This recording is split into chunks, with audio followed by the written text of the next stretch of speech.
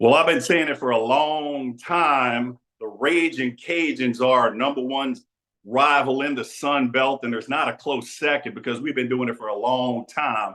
And speaking of a long time for this show that had been on a long time, I got my friend, my guy, my outlet for Cajun News, Gerry Hebert, co-host of the Ragin Review. And Gerry, it's awesome to have you on again. How you doing, man? Good, Marshan. Thanks for having me on. Third time's the charm. This is actually the third time I've come on, and behind the scenes, we have a great friendship that we've created since all of this began, and of course, we're Jesuit graduates, so of course, we've got the Blue Jay spirit flowing. We both bleed blue and white, right? So, no, it's great to be back, and I look forward to another fun baseball series this weekend down here in Lafayette. It's going to be a blast, and our fans are very excited about it, and I know a lot of Southern Miss fans are as well. Oh, super fired up about it, man. And it's a big challenge for us. You guys are in first place in the Sun Belt, been in the top 20 during the season, man. We're tied for second. So, man, what are your expectations for this game, this series this weekend? It's going to be a war.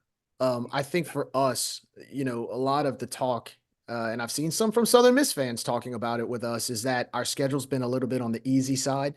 And so I like the fact that we have played, we've played some tough weekends. But for the most part, the schedule hasn't been too bad on us, especially in conference play. It's kind of helped because we've been able to rack up wins. At the same time, we've swept quite a few series and we won the games we were supposed to win.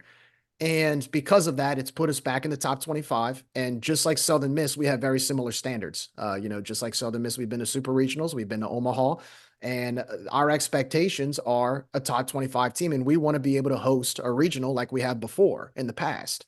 And so to be in the top 25 right now, to have a 31-11 record it's exciting. And it's good to be back in the national discussion. For those who don't know, both baseball and softball are nationally ranked right now.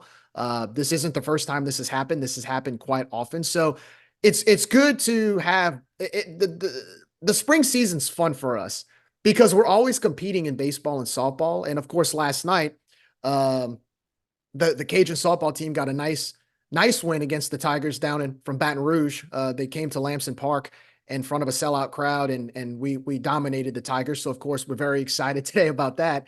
But as far as the baseball season goes, it's pretty much everything we've kind of expected. But it's even more fun now because this is the part of the year where the challenge increases for us. Because last weekend we went to Coastal, we took them to the wire. We lost 2 out of 3, but we really battled. I think the whole conversation of whether or not we're worthy of a top 25 ranking kind of shut off, in my opinion, after the performance in Conway. Even though we didn't win the series, we competed and we battled against a top 20 team on the road. And look, our schedule doesn't get easier because you have Coastal last week. We have Southern Miss coming in this week. Next week, we go to Troy, who is tied for second place with Southern Miss and Coastal. The following week, we go to Georgia Southern, who's very scrappy at home. And then we close out the season at home against South Alabama. So these last 5 weeks, we knew going into the season that it were going to be tough. So this is kind of the grind of our season. But at the same time, I would rather the challenge now because now we can, it coalesces into the postseason. It coalesces transitions into the Sun Belt Conference tournament. So I'd rather be challenged now and try to weather the storm going into the postseason, especially in the conference tournament, because I feel like we'll be better prepared than most teams. But we have to win the games we play in front of us right now. And I think that starts tonight. We're playing Houston Christian at home. Lance Berkman actually is their coach. Their record isn't that great, but at the same time, I always look at midweek games as a huge preparation or a preparational game into this big series against Southern Miss this weekend. Tonight would be a good night to get some momentum going. I know Southern Miss got a big win last night against Tulane, which was very impressive. Anytime you go on the road to Very Tulane impressive. and win, that's big. Super So impressive, Gerry.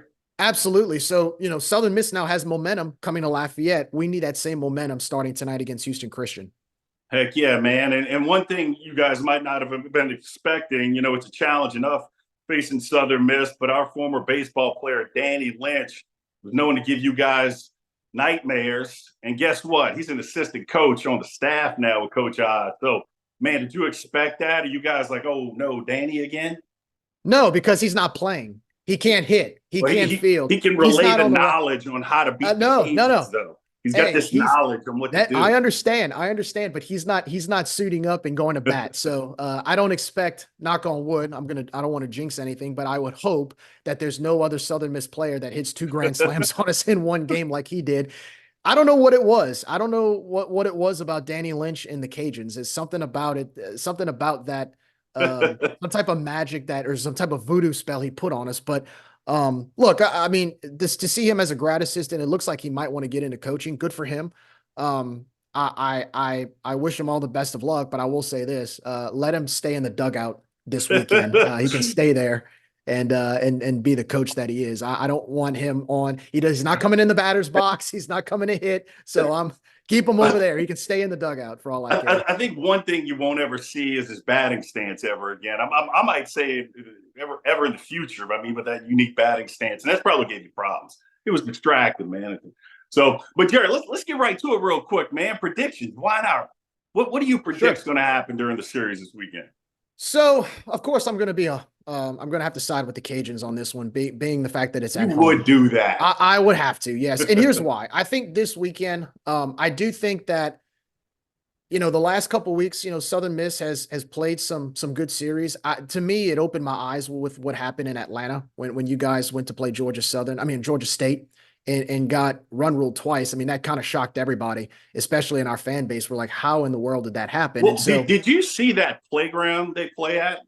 oh, I've been. They call a stadium. We were distracted. I've been man. complaining about that for a while, man. Can you imagine being a D1 player and going into that? That's distracting. And it's 20 minutes outside of their campus too, so it's not even close to their campus. I was very surprised because, and I know that they're actually working on some projects, especially one of their projects is the stadium renovation, or I believe a new baseball stadium, because when the 4 teams, including Southern Miss, came into the conference, Southern Miss already has their state. You guys already have your stadium. You don't need any renovations or anything crazy to your stadium. We got a palace. It's nice, right? So nobody worried about Southern Miss's facilities when it came to baseball when you guys came in because you already had it. Well, Marshall, one of the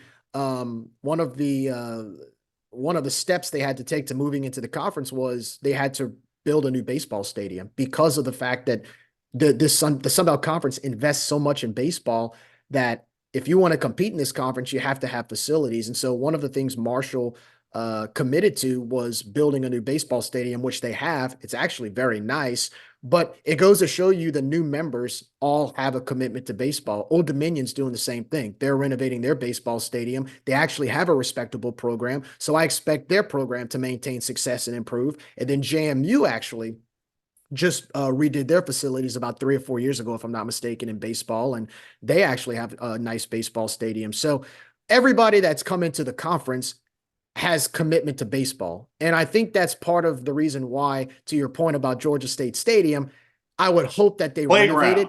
Playground. Right. I mean, look, if everybody else is committed, they should be committed. I know that there are talks of them building a new stadium, which would be helpful and beneficial to them. They can recruit to that. But yeah, I actually watched the Saturday game. We actually so we played Marshall that day. Our game, we won 1-0. The game ended right at 2 hours. So I had some time to turn it on to the Southern Miss Georgia State game. And I think Georgia State was up by like 8 runs. And I'm just like, how is this happening? But then I looked at it as, well, if Southern Miss can play like that against us, then I like our chances. But long story short, I'm going to give the Cajuns a 2 out of 3 series win. I think Southern Miss is good enough to at least take one, or, they're good enough to win the series. I think they'll take one. I think for us, this is the year where I feel like we can, we're playing at home. We're going to have the crowd behind us. I think I have to say I'd have to give our pitching a little bit of an advantage right now. I think our ERA is like 5th in the country at the moment. Our bats really came alive last week. And so I'm going to have to give the edge to the Cajuns on this one, just based off of home field advantage. I mean, it was like last year, right? Southern Miss took 2 out of 3. I think a lot of that had to do with playing on the road for us and then you having that home field. I'm probably going to give the same edge to the Cajuns this week. I'm going with the Cajuns 2 out of 3. You would pick the Cajuns for obvious reasons. Well, of course. Absolutely.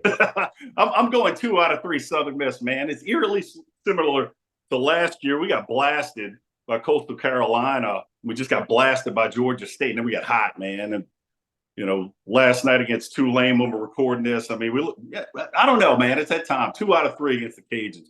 Now, man, speaking of the Cajuns, we text quite a bit. I get a lot of information from you, but man, on Twitter, we rely on the Ragin Review for our Cajun news, man. So, but you guys recently took a break. I didn't know what to do. I mean, where's my Cajun news?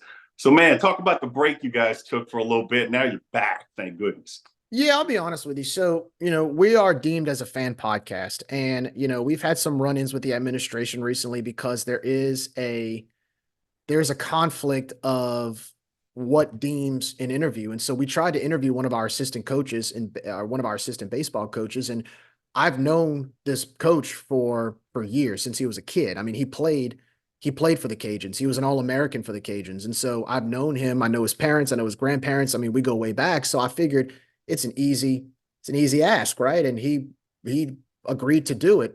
At the last minute, he was told I was told to deny the interview by the administration. And, so we've kind of gone back and forth with the administration a little bit just based on our content. I mean, it's really nothing controversial per se, but, we like to have fun. We like to be funny. And I think their standard of people interviewing, it has to be strict media, like strict TV media, strict news media. And that's not who we are. And a few of the, and I'm gonna be open about it. One of the reasons why they said we couldn't do it is because they say we were sometimes we're negative. And I'm like, well, we have to be honest. If we play bad, we're going to say we play bad. Gerry, that's a great point, man. I mean, you're not like employed by the university. You're doing this out the goodness of your heart. Me too. I love my university. Right. I mean, man, you can go back shows when things got bad. I'd look foolish not calling it what it is. I mean, when it's bad, it's bad. Well, and you're speaking for 99% of the fans who watch. Okay, what, are you not going to be honest? You're a former football player. You are considered a former legend of Southern Miss football. Let's be honest. You said it, but I do appreciate I'm just going to say no, but you are. I mean, and people know who humble, you are. Man. Right? I appreciate that. You came out, and I can share this because it's public, right? And and I'm sure you've mentioned it when Southern Miss had that rough start last year in football. Coach Hall personally.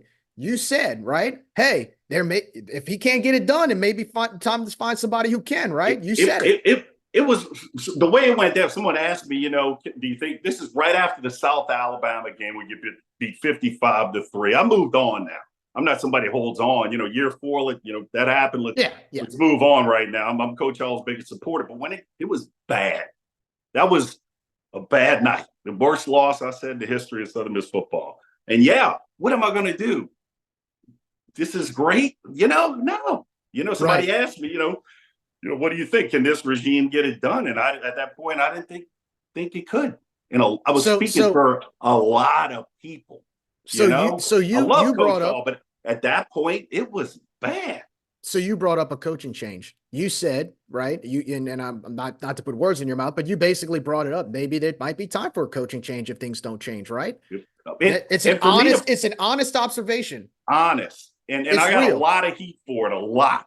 Well, guess what? If you were in our shoes at UL, you wouldn't be able to interview any player, any coach after making that comment. That's not cool, man. That's not fair. Because I'm literally I'm looking at social media, texts, all this stuff I'm getting, and people are just like fuming. And I'm like, if I went on here and just, everything's no. You lose credibility. Well, you're lying to people. You're lying. You're lying. I mean, let's call it what it is. People know I wear my emotions on my sleeve. So right. But I didn't lose access. And I hated that for you guys. Well, that's what I'm saying. And so we never really had access, to be honest with you. I mean, we could do things through NIL with players because it's through their endorsements or whatever, or their NIL deal, whoever's handling their NIL. But with the administration, they just don't want to. And so, I mean, and I'm not trying to put down our administration, but I'm just giving you the facts. That's what's going on. And so, at that point, we just said, we don't get as much coverage. Our fans feel like they don't get as much coverage in Lafayette as we should. You've got our main newspaper doesn't even have a beat writer for the Cajuns because they went national. You get your 2 or 3 minute coverage, 2 or 3 minutes of coverage on the news stations. And then you get the Advocate, which, I mean, it's based out of New Orleans, Baton Rouge, and Lafayette. So you get equal coverage of us, LSU, the Saints. So we don't really have anything that's exclusive to UL except for us. Like we're a fan That podcast, Ragin Review. that's That's why I was us. like, for them to give you a hard time, I'm like, you realize literally Southern Miss people have turned to you guys for Cajun news. Right. And A lot of them. so at that point, we're like, you know what? If you don't appreciate what we do and if you don't like us, we'll just go away and then we'll really see what type of coverage the Cajuns get. And look, it's not like we gave up our fandom. I mean, we're like you said, we're like you. We do this voluntarily. I bleed red and white. I'm a UL alum. I'll always be a UL alum, regardless of who's in charge of the athletic department, regardless of who's in charge in that administrative building. I was here before all those people, and I'll be here long after they're gone. So that's not going to change my fandom because of some gripe about what we say and what we do, because that's not going to change who we are as a fan. I'm a donor, I'm an alum, I'm a supporter, and I will always support UL, regardless of what other people think about my opinions. I mean, the First Amendment is a real thing. So, Yeah.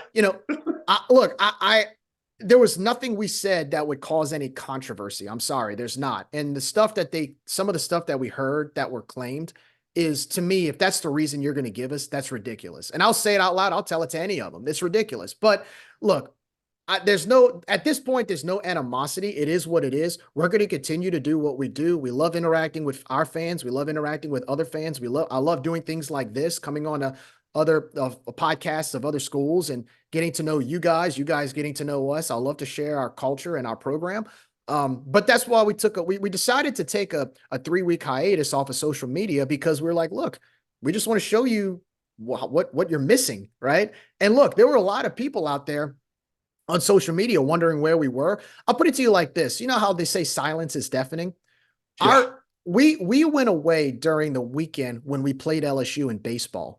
We went away during a time when we were on a baseball win streak. We went away at a time when our basketball team lost in the conference tournament and their season ended. We went away when there were when our softball team ended Oklahoma's 71 game win streak. We were nowhere to be found. And I think a lot of people, every time something would happen, we get tagged on social media. People ask when we're coming back. And we just we made a pact and said, look, we're not going to say anything. We might come back, we might not. It is what it is. I mean, the number of texts and the number of people, I go to baseball games and people are like, hey man, we miss you. When are you coming back? And I'm like, well, we'll see. Jerry, did you love the love from Southern Miss Twitter? Like, we need you guys. Where are you at? Look, we had you back. And that the episode we came back, the episode we came back, that was one of the first things we did was we thanked a lot of the fans, not just our fans, but fans from other fan bases, even the ones that we get in conflicts with. Missed you guys. We're like, man, like don't let those people like get under your skin. Like keep doing what you're doing, And these are with accounts that we had disagreements with, I mean, when you have people that you disagree with take your side, it speaks volumes for. It made us realize the value that we bring to our school and our institution and our athletic department, our athletic program. So, we were never really leaving permanently. We just took a little break, and we decided, we picked a date. We picked a date. We had picked a date already, and so at midnight, right when we decided to come back, that's when I tweeted on all across social media, "Hey, Cajun Nation, we're back." And so, from there we hit the ground running. And it's been a little bit over a month, but we're back. We're better than ever, and we're going to continue to spread some Cajun love. Heck yeah, man! Spread the love, keep it going. And you guys were gone for a little bit, but speaking of one thing that has been gone for a good bit is your mascot. Jerry, you guys are on almost day 260. No mascot. Yeah. What the? If there's a team that's colorful, that the area is colorful, that should have a mascot, it's the Louisiana Ragin' Cajuns, man. I'm giving you great ideas on Twitter, like a claw gator, an ala fish. Come on, man. I think our administration, and I'm just kind of brainstorming out loud. I feel like our administration thinks there needs to be a unanimous decision on what a mascot is, because Ragin' Cajuns, it's a subjective term, right? You could come up with 10 different things to our nickname. And, I think there's a fear amongst the decision makers that, well, if we pick this mascot, there's going to be a group of people that don't like it. If we pick that mascot, it's not like Seymour, right? Seymour, you're a Golden Eagle, so you can basically the big debate of the Golden Eagle is what the Golden Eagle looks like. You Yeah. already know your mascot. With us, See, is see, one thing I hate that because politics might be coming into play on what kind of mascot, make everybody happy. You think Western Kentucky and that big red blob? yeah. What I mean, is a you think blob a that was a hilltopper? unanimous thing? What No, like throw this right. blob I out mean, there. like, Just get a mascot. Get a just get mascot. something. Get something. I don't care what Something. it is. And these people, they want to complicate it. Well, what if the majority don't like it? How do you know? You haven't tried it. You don't know. And if people don't like it, they don't like it. It's not Yeah. about, look, for the longest time, we had a third party mascot. It was an entertainer who was kind of like the unofficial mascot. We call him the Cajun Chicken. Okay. The Cajun Chicken is a legend in Lafayette. Remember the San Diego Chicken back Yeah, in the day? absolutely. Absolutely. So we had our version of that. Okay. And it was a guy who went to USL way back in the day. He had already graduated and they hired him to be an unofficial mascot. He's still a legend today. And it's not like when they first, I mean, if you would have seen the first mascot without even announcing it as a chicken, you would look at us like, why did you pick a chicken? But he was so entertaining and so good at what he did that he's still like, we always talk about it. Bring back the chicken. Yeah. And they interviewed him one time. And it's like he said, it's not about what the mascot is. It's who's inside the costume that makes the mascot.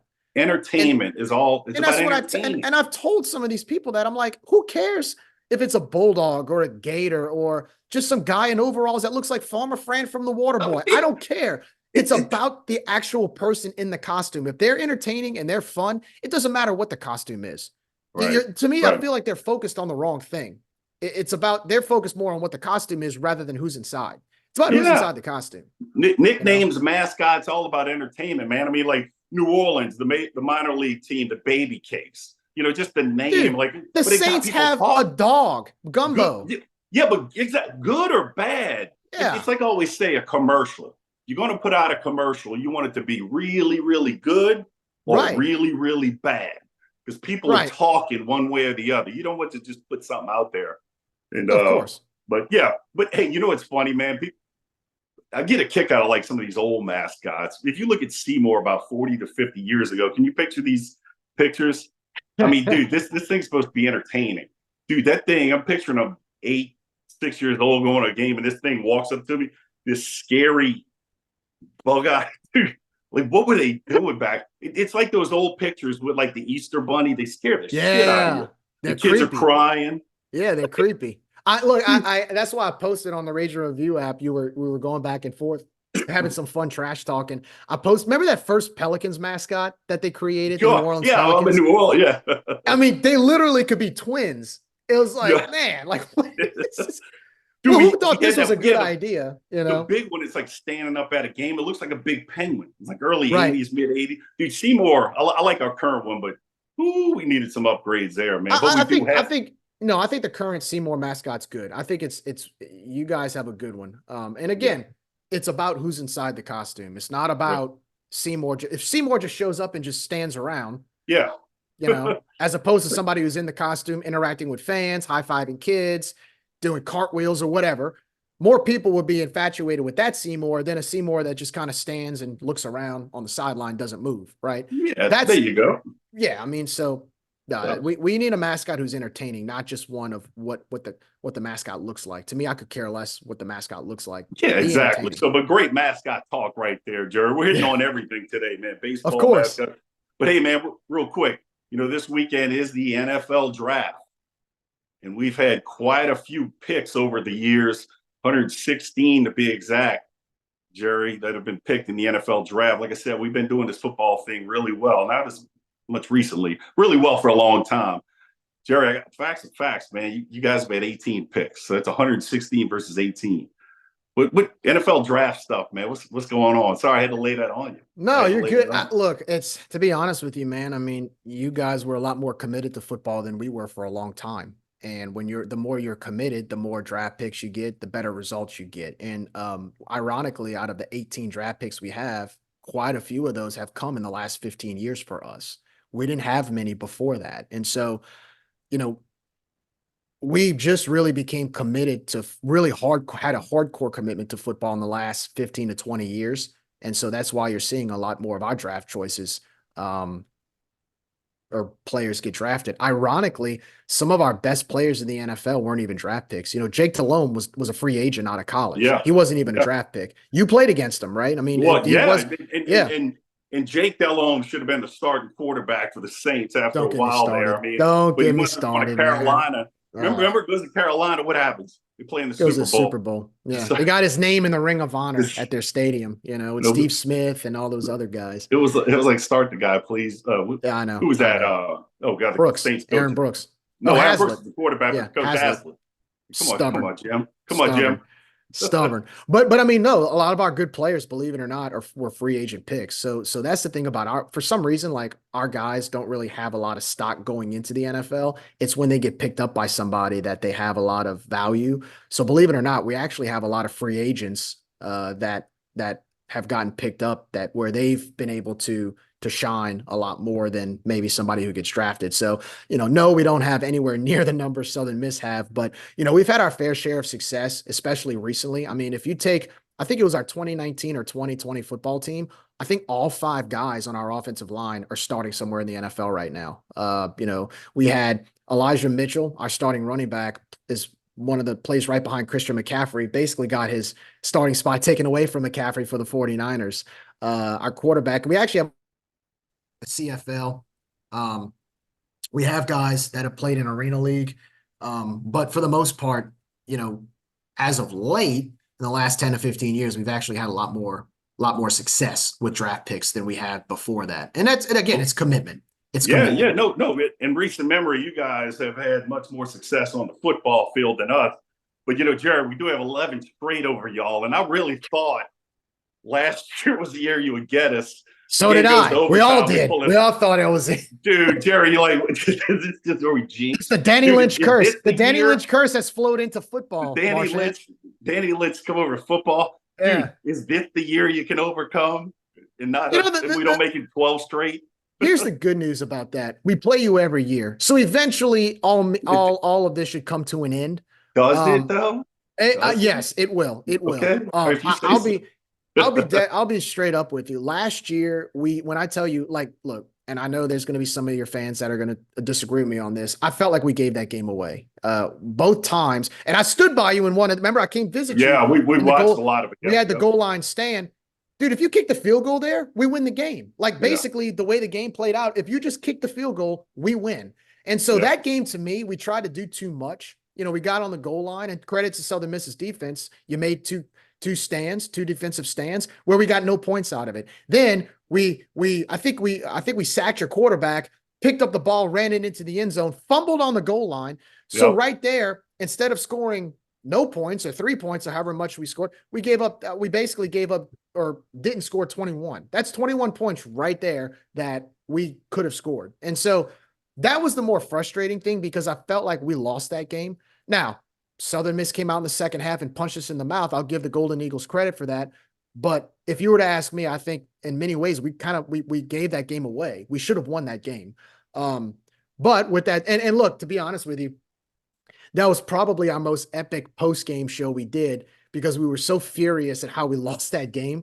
Y'all were like me after South Al. Yeah. We had a bunch of, and we beat South Al. So after we beat South Al, you would think, you know, we're gonna make sense of that. Miss. And I felt very confident going into that game. And we had a bunch of Southern Miss fans listening in. We had a few call in trying to troll. We had some that were very courteous, but it was actually one of the more fun. I hate to say it like this. The games we lose are more entertaining because you go on right after the game, so emotions are still high, especially when you give a game away or you lose a game that you felt you should have won. It creates the best content. So at the moment I'm upset, but then after I listen, I'm like, man, this is some great stuff. That is so funny you said that. You know the old saying, negativity loves company. And Southern Miss Twitter, Southern Miss message boards after a loss, when we've just tired of losing for the time, it creates a lot of comedy. I will tell you that. No, it does. You know, there's some people that lose their minds and just whatever. But the ones with comedy with it, man, that's good stuff. I think all that's good stuff. Yeah, for sure. So, man, one thing that was good stuff too, man. My live here in Lafayette, obviously, but my son's high school principal, I played against him, and we made a bet on Twitter that he'd wear my jersey I if the saw it. Golden Eagles won, and I saw I'd it. wear his jersey. If the Yeah. Cajuns won, and well, you saw what happened. He was a man of his word, and he wound up wearing my jersey, and I was tentative. That's my son's high school principal. Now, I think I've noticed gradual increases for tuition for unknown reasons, but I got the picture, man. No, I'm joking about it. I'm joking about the tuition. He's awesome, dude. So, Yeah. but.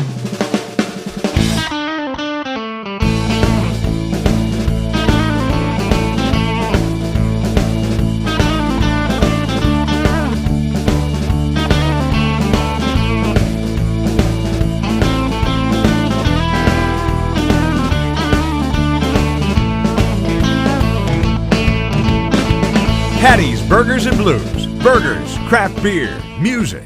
Downtown Hattiesburg.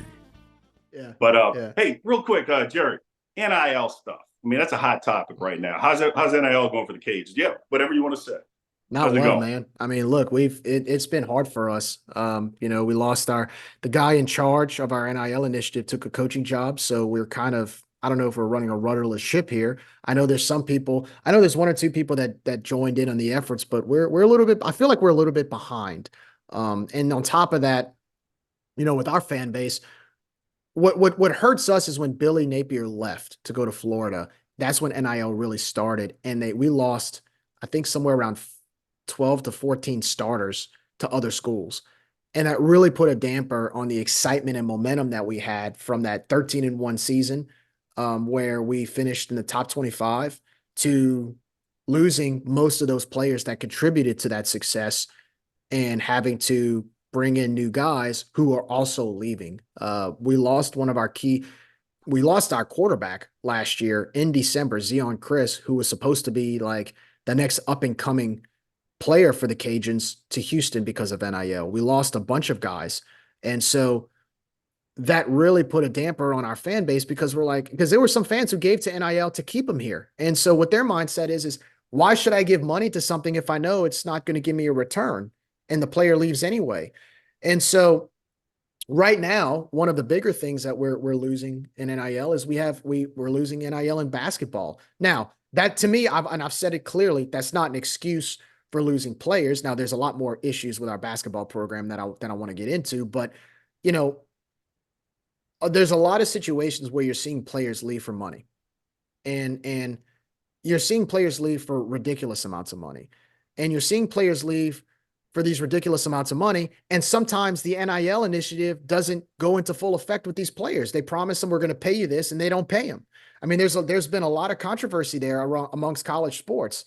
And I think the problem I have, look, I don't mind a player getting compensated. I think that's fair. Players should get paid. I mean, Gerry, right. I played during the time NCAA wouldn't let you have a job if you're a scholarship athlete. They should get paid. It's just my problem is the NIL and the transfer portal. There were two separate things when it came out. They've merged.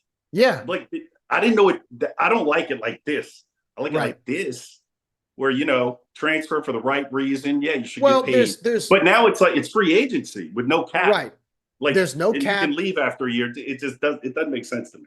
And not only can you leave, you can leave anytime you want. If you, I've been saying this since last year, and I've noticed this. There's players that have done this where you have 1 week of fall practice. If the coach looks at you the wrong way or yells at you at practice and you're upset about it, you could just get up and leave and go somewhere else and play for that other team within the next few weeks. I mean, what does that teach? I mean, these are 18 to 22-year-old players, man. What does that teach them? So like when you get a new job in the real world, oh, I don't like it here, so after 2 weeks, I'm going to leave and go find another job. Good luck, right? I mean, look, I understand it's a business, but part of that business model entails teaching these 18 to 22-year-olds how the real world works. The real world does not work like the NIL model that they're pushing right now. It doesn't work that way. You know it, I know it, and even those people forcing those rules, they know it as well. And there's a little bit of greed there that I think is unnecessary. And there's ways to tame it. They just don't want to do it. Yeah. They've sold their soul to it, and to the portal. They've sold their soul to the finances of NIL. And, a lot of it is it's donor money. But if I'm a donor or you're a donor, it's a lot harder to give to somebody that you know is not going to be committed to you. Because when you give money, you're showing commitment to them. How do I know that person's going to be just as committed to me and not leave a month later after I wrote this check for the NIL initiative? Well, And it's and there's all these scenarios you can paint. So the biggest theme that I can keep, what I preach to everybody with us is, you gotta love the brand. You don't really know where the money's going with which player broken out or whatever sometimes, but if you love the brand enough, this is what you have to do to keep the brand going. You just have to. And the NCAA is in survival mode. It's not changing anytime soon until maybe a split off and universities can, which is coming. Some things are coming, but NCAA is in survival mode. Southern Miss and Louisiana, we're the have-nots in this world. We are. It is what it is, man. We can't compete. We can't compete with the SEC and the Big 12 and the ACC and all that money that they have in NIL. We can't compete. I mean, look, we're struggling. UL is struggling so much in NIL. We just lost one of our key basketball players to Arkansas State. Now,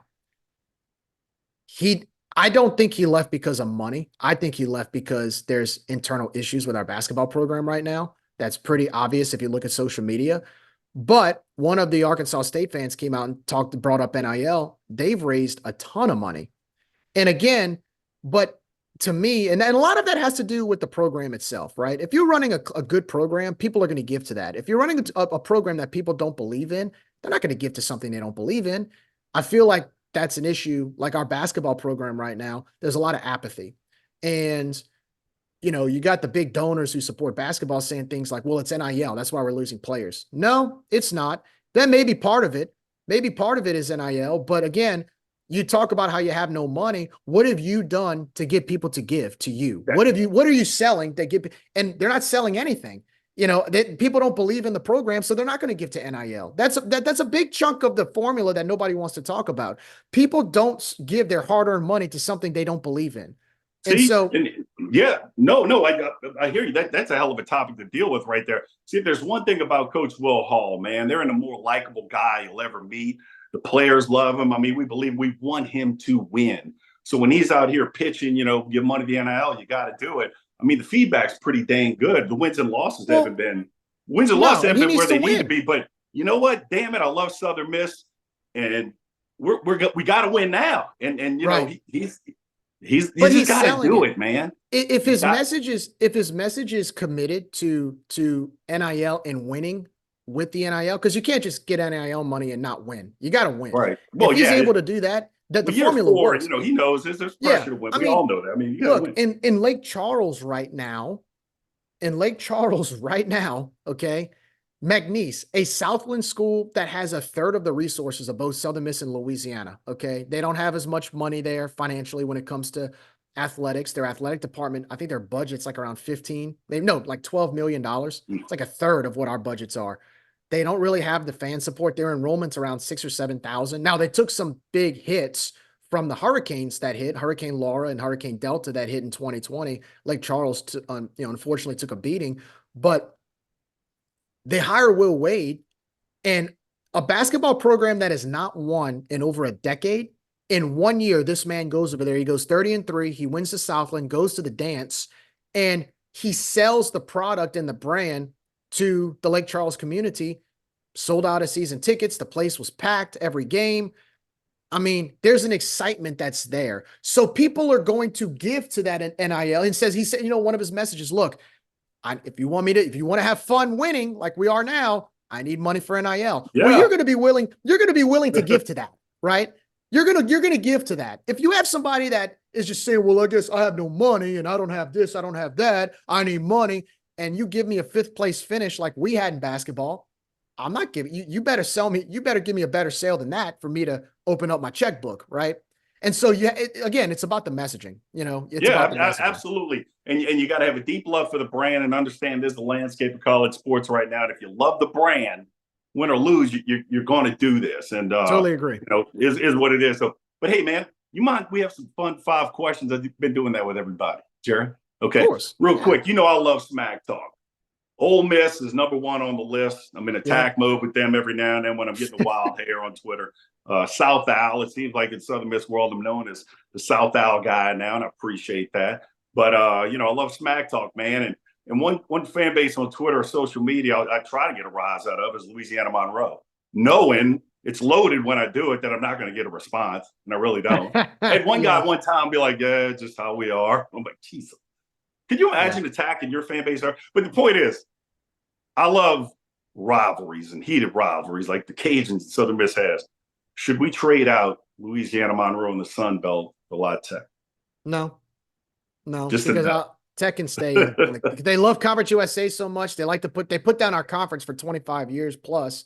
They had their chances. They've burned bridges so many times that to me, I don't care how valuable they are. When it's about relationships, when you burn that bridge that many times and you talk down on our conference for as many times as you have, you don't deserve to be in our conference. You don't get to talk down to people for decades and then all of a sudden you expect us to be nice to you. No.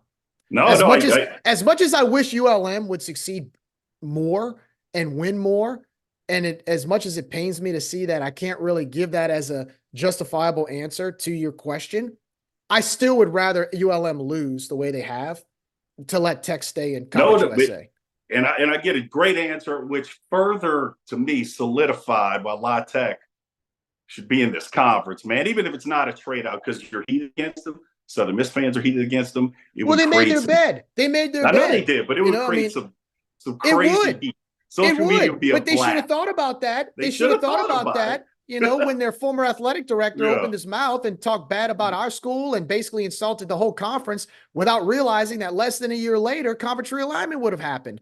And when they had their chance, if he wouldn't have said that, I would bet that schools would have considered them into the Sun Belt at the same time Southern Miss came in. But instead, he makes those comments, insults the entire conference. Yeah.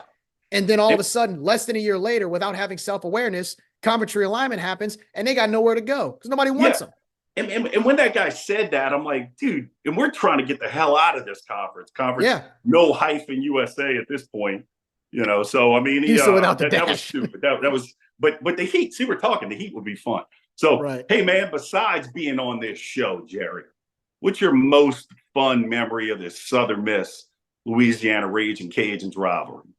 It's times like this. I know you talk about me being on your show. I mean, I enjoy coming on your show, but it's times like this. I love the dialogue between the two fan bases, especially when we face each other. And, I mentioned this the other night with Nick when we were doing our episode. With Southern Miss, we have a love-hate relationship. I think, and you see it with the conference as a whole. When Southern Miss goes and plays in a super regional like you did the last 2 seasons, I mean, I pulled for you guys. I wanted you guys to win, to represent the conference, to go to Omaha and do your thing.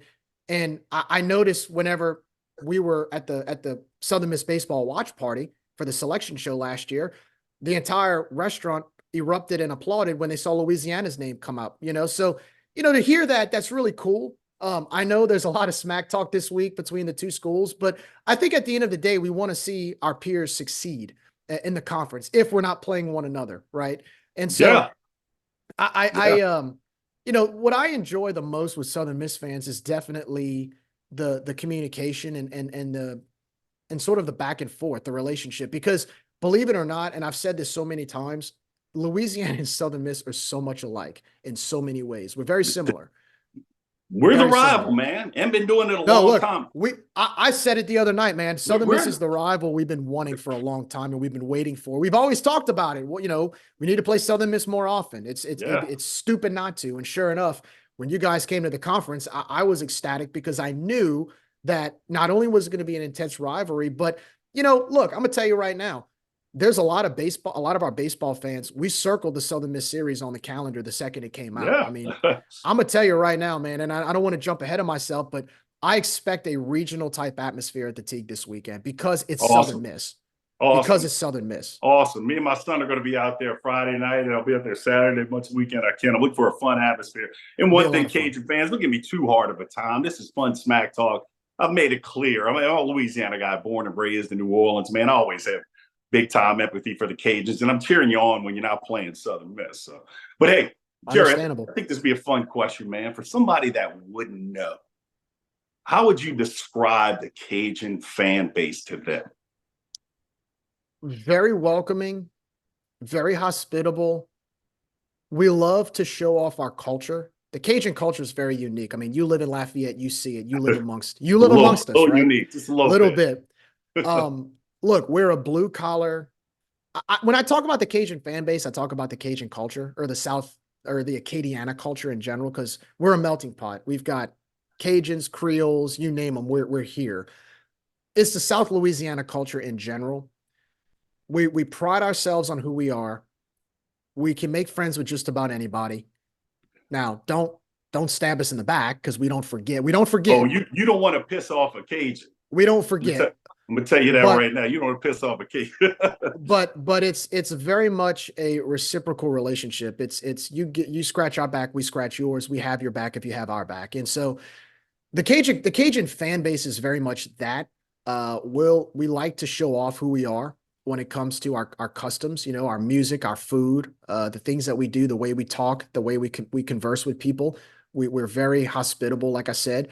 And I I just love, now I'm an A-Bear, so I've got Cajun blood running through my veins. So I am a Cajun. I'm very proud to be a Cajun. But we like to show off our culture within our fan base, if that makes sense. Like what you see in our fan base, that's who we are as Cajuns. Yeah, no, great. It makes for a great atmosphere, a great tailgate. And man, one thing, fourth question right here that I'm coming with. So, I left New Orleans high school football, ended up playing college football at Southern Miss, and I was raised on South Louisiana crawfish, you know? And all of a sudden over there, somebody's having a crawfish boil. Well, my first question is, are they from South Louisiana? And if the Right. answer was no, I'm like, I'm not eating it. Kind of look at it That like, might piss a lot of should people I eat it? off watching this. I'm just, bruh. So with that said, what are your thoughts on eating crawfish outside of South Louisiana? So I'm going to reverse the question on you real quick. Let's say, Okay, for here we go. instance, you go to New Hampshire, okay, or Maine, Maine. and there's a restaurant and there's somebody from Maine. So I'm gonna do Southern Miss cuisine, right? A lot of your stuff is Southern food, good All Southern right. food, mac and cheese, collard greens, fried catfish. Y'all are known for the fish camps. If you went up to somewhere like Maine, that's more inland, or New Hampshire, and they said we have a Mississippi fish camp up in New Hampshire, would you trust it if that person was from New Hampshire and not from Mississippi cooking the food? No, absolutely There you not. go. There you go. I mean, There that's you why go, right? I You're going to be turn down skeptical. crawfish balls all the time. I would absolutely, when in New Hampshire or Maine, turn down Mississippi food. Like, what? Yeah, No. right. You're going to be Y'all skeptical. don't know seasoning. Let me tell you something, man. Anytime I go out of Y'all town, don't know high cholesterol. anytime I go out of town to a state or another city and I see Cajun on the sign, I'm going in with skepticism 100% of the time. I'm already Because guard up. Like when I see even these cooking shows, these world-renowned chefs, I'm cooking a Cajun dish and I'm looking at it and I'm like, okay, it looks like the presentation looks good, but that's not Cajun, you know? Oh, we got this. We call it Cajun because we put pepper on it. No, that's not Cajun. Like that's not how this works. You don't call it Cajun. It's like calling Asian food because you put a little soy sauce on top of the food. Like, I'm sorry, that's not what it is. Yeah. So to your point about crawfish boils, I mean, I would hope that the person boiling is from Louisiana or has been taught by somebody from Louisiana and then go on YouTube and go, because like there's a big, do you remember the viral Facebook post of gumbo in Disney World? Hey, we cook gumbo. And it was like this nasty. My daughter, oh my intern gosh, at Disney World. She dude, gumbo. Oh my god! I'm like, they what? got grilled. They had to. I think they had to delete the post because they got grilled. It was like this. It was like this nasty. It looked more like an Asian soup more than it did gumbo. Like it was like all kind of seafood with noodles in it. I'm like, what? Are you serious? My daughter showed me with like hot dog wieners. It was hot dog wieners as their sausage. I'm like, what is this? I don't know if you saw this online, but certain times there's posts that are meant people put it there to bother people. And so my daughter goes, "Tell me if this bothers you." And it was an outside of Louisiana seafood boil. And it was done. They took it out the pot, poured it on the table, and there was no red kind of hint. No, man. It looked like the potatoes would break. Yeah, right. I was like, "That. Why'd you show me that?" Like, I was so bothered. I was putting like, pepper on your food. But they were ready to eat. I'm like, if I was there, I'd leave. Get Putting out of Tony there. Chachere's on your food doesn't automatically make it Cajun. I Yeah, want people or to know that. Like they Right. think because you put pepper on it, it must be Cajun. It's seafood. You put pepper on seafood, it's automatically Cajun. No, man, there's certain recipes and certain ways of cooking Cajun Yeah. food. I mean, this is It's generations of cooked bull and yeah, crawfish people. So thank you, Jerry. I knew we'd get passionate about crawfish, brother. And I yeah, hope I didn't all piss good. anybody off with a crawfish bowl in Mississippi, but I'm just being honest. So, hey, Yeah. last question, Jerry. What you got? So, Twitter, Southern Miss Twitter in general. I mean, we're leaving you guys out. Is Southern Miss Twitter the best, most passionate Twitter out there? And I know it's X, but I still say Twitter. Is it the best one I in the do Sun too. Belt? I'll say it's definitely up there. I know I haven't really seen much of App State as much as I used to. App State was kind of the standard before Southern Miss came in, and Southern Miss comes in, and there's tons of funny burner accounts. Now some are a little over the top. No, Yeah, no pun intended, to the top, right? They live in by their reputation. Southern Miss to the top. Some are over the top, but for the most part, I love the Southern Miss fan base because you have a passionate fan base, and some of these burner accounts are pretty witty. I got to give a shout out to Cloverleaf Mall, who created this post the I other day with love Danny Lynch. Cloverleaf. I wish I was as witty It as was him. I try to come strong, but I can't keep up with Cloverleaf. The Danny some Lynch of the thing was sweet. graphics. The Yeah, Danny like he Lynch had thing. the Danny Lynch day at the Teague. I mean, look, I couldn't even get mad. Like I saw it and I It's started just, laughing. I'm like, this is good. This is clever stuff. Very creative material.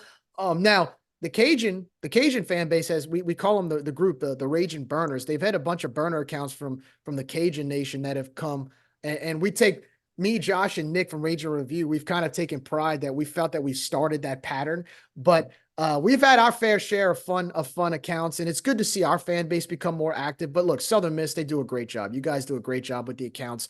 The social media burner accounts are hilarious, especially last year when that one Tennessee fan claimed that I don't like Hattiesburg because there's no Applebee's, and seeing it made the news. It made the news. Like that was epic. That was great. We were smashing ULM after the first game or game two, whatever. And I tweeted out, trying to look for something positive with Monroe. I'm like, we got an Applebee's. I mean, dude, it still lives. Well, the Applebee's thing is still big. What's hilarious about it is that social media pounced on that fan so hard. Applebee's. And I mean, we even joined in on it because the way we looked at it, look, you're a Sunbelt member. All right. So if yes, we have a rivalry, but like we talked about, we're going to have each other's backs when you're playing, especially SEC schools, right? Because we know the pretentiousness of a lot of those SEC fan bases. We deal with it every day. You deal with it every day. You're surrounded by three schools in the vicinity of Hattiesburg. Yeah, but I focus on Ole Miss. I focus my despise and I had dislike. Funny story. I got some friends that went. I actually have some friends. Real quick. Two of my best friends in the world play football. They text real quick. They text me not too long. Well, when Ole Miss won the national championship of baseball, they text me, man, are you happy with the SIP? I'm not going to say what I text them back because it's a little vulgar, just a little bit. But these are my best friends in the world, like my brothers. One of them was my son's godfather, and I can't. I came from a time when Ole Miss quit playing us in football because we were beating them so much. And they didn't want the team I was on. I promise you that. Right. Oh, y'all would have won back in the 90s. Y'all would have beaten them. I'm saying that's my Ole Miss. They can do what they want now. Well, it's funny. It's funny because I have some close friends who lived in Mississippi, and we used to visit them. And one of them said that it's an inside joke amongst Mississippians who don't like Ole Miss. There at the orientation, we all have an orientation class, right? When freshmen, you take the orientation class. UL's got one. I know Southern Miss probably has one. It's a class where you just show up. They teach you about the school and what to do and the etiquette of being a student there. Well, one of the inside jokes for Ole Miss was one of the things they require in your orientation class is how to stick your nose at a certain angle, how to stick it up in the air because they're so arrogant. Man. But I mean, the Ole Miss fans I've come across, like it's funny because I'm still bitter. Like so Saturday, for those who coming to the game on Saturday, we're honoring the 2014 baseball team. So that was the year we finished number 1 in the country, and we made the Super Regional at home, but we lost to Ole Miss. And I'm still bitter about that. Like I just picture Ole Miss dogpiling on our field. And that was a year where I thought we actually could have competed we could have won a national title that year. We were that good. And they paired us up with Ole Miss. And we had actually beaten Mississippi State the week before in our regional. They came to town, and so we were trying to go 2 for 2 on Mississippi schools. But it's funny because later that year, when the Ole Miss fans came to Lafayette, they had some arrogant ones, but most of them, we sat by a few of them and they were fine. But I remember we played Ole Miss in football later that season. And I actually, my wife and I went up to Oxford for the game. And I remember going to the concession stands at halftime, and we ran in, and I was wearing my Cajuns gear. And we actually, a bunch of fans approached us and were like asking, hey, how are our fans treating you? Because and I was like, well, we haven't had any run-ins. The fans have treated us fine. Thank you for asking. They're like, well, we wanted to let you to ask because when we went down to Lafayette for the Super Regional, all we heard were great things about your fans. So we want to make sure that we're returning the favor to you. So Yeah, I've never had any bad run-ins. And here's the thing. It comes from a place, like I said, I played football. I was one of the passionate guys back in the day when I played. And Ole Miss just refused to play us. It was for 20 years, still do. But it comes from a place where I wanted to just, get the opportunity to let them know on the field, but they wouldn't do it. So, but hey, man, Gerry, this has been great, brother. So this weekend, tailgating, food. Yeah. What can Southern Miss fans coming into town expect? So this is a fun-filled weekend full of stuff going on in Lafayette. Festival International, which is kind of the big festival here. I mean, we have tons of festivals here in Lafayette and the surrounding area, but the big one in Lafayette is Festival International. It's basically a music festival with bands that come in from around the world, and pretty much it's all of downtown Lafayette. So it's free admission. As long as you find a place to park that doesn't cost anything, you just go. And so all of downtown Lafayette is going to be surrounded by bands, music, fun, and it's kind of something we all look forward to. So if you're in town and when the baseball game's not going on, go head downtown and have a blast and go meet all kinds of different people. You may see me down there once or twice. And then also too, when you go to the baseball game, for those coming in, just be aware it's going to be a little crowded because, believe it or not, a lot of the festival traffic, they park at Cajun Field and they take shuttle buses downtown because, of course, the UL athletic facility is only a 5-minute drive from downtown Lafayette. Yeah. So they are pretty close. So just be aware of the parking situation. And on top of that, because it's you guys, it's Southern Miss coming to town, we do expect a big crowd this weekend. So try to get there a little early. I'd get there between an hour, 45 minutes to an hour early, get a parking spot, go enjoy the scenery in the baseball stadium. And if you're in, like I said, if you're in town and you want something to do when the teams aren't playing, go check out Festival International downtown. Go get some good food. I mean, there's a lot of restaurants here in Lafayette. There's a lot of things to do in Lafayette while the teams aren't playing, but that is the big one. Festival International is the big one. So I just wanted to let people know. And of course, there's a lot of there are some RVs that park right next to the stadium. Take a look at the RVs. The fans will welcome you with open arms. Go visit with them. Go say hello. There's a lot of camaraderie that's going to be surrounding the athletic complex this weekend for UL baseball. And so it's going to be a lot of fun. Again, there's a lot of debate on what to do with festival and the baseball games, but I'll say this, if you come to town, you're not going to be bored. There's going to be something to do. Hey, Gerry, man, usually I have a Southern Miss guest on here, but I got you on here. So, but I still got to close my show the same way, man. So people watching this, you try to cut this off, but I don't know if you can, man. I got to give everybody close the show a big Southern Miss and a win this victory. Well, victory this weekend to the top. Well, hopefully after this weekend, we do what we're supposed to do. It'll be Southern Miss to the bottom, but we'll see. Nah, I knew. There you go. I knew it. Get out of here. I just Danny lynched you, man. You threw me a softball and I just hit it out the park.